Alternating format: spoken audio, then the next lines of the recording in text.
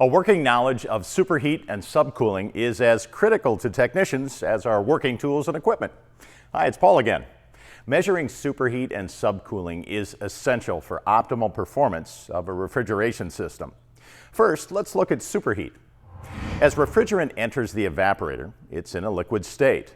As heat is added to the liquid, it will turn to a vapor at its boiling point, or saturation temperature.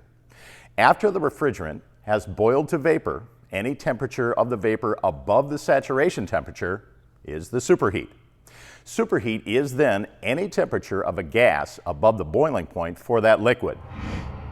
The superheat calculation lets you know if the amount of refrigerant flowing into the evaporator is appropriate for the load. If it's too high, then not enough refrigerant is flowing to the evaporator, resulting in poor refrigeration and excess energy use. If the superheat is too low, then too much refrigerant is flowing to the evaporator, meaning liquid is getting back to the compressor and causing damage. Now let's look at subcooling. As refrigerant enters the system's condenser, it's in a vapor state. As heat is removed from the vapor, it will turn to liquid at its saturation condensing temperature. After the vapor has turned to liquid, any temperature of the liquid below this saturation condensing temperature is called subcooling.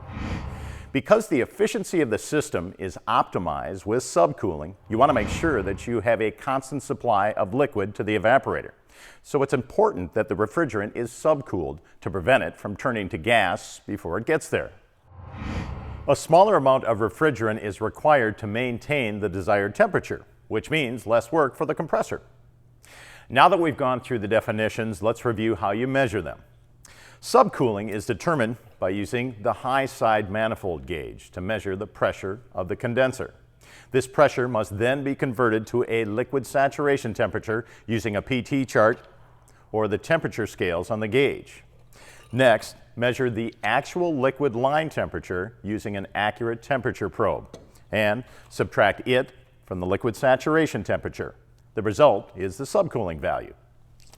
Conversely, superheat is determined by using the low side gauge to measure the pressure of the evaporator. This pressure must then be converted to a vapor saturation temperature using a PT chart or the temperature scales on the gauge.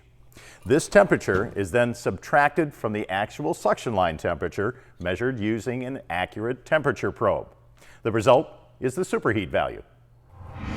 If you're using a refrigeration system analyzer, simply select the appropriate refrigerant and connect the hoses and thermocouples to the system for an immediate reading. The unit will automatically determine saturation temperatures and calculate the superheat and subcooling.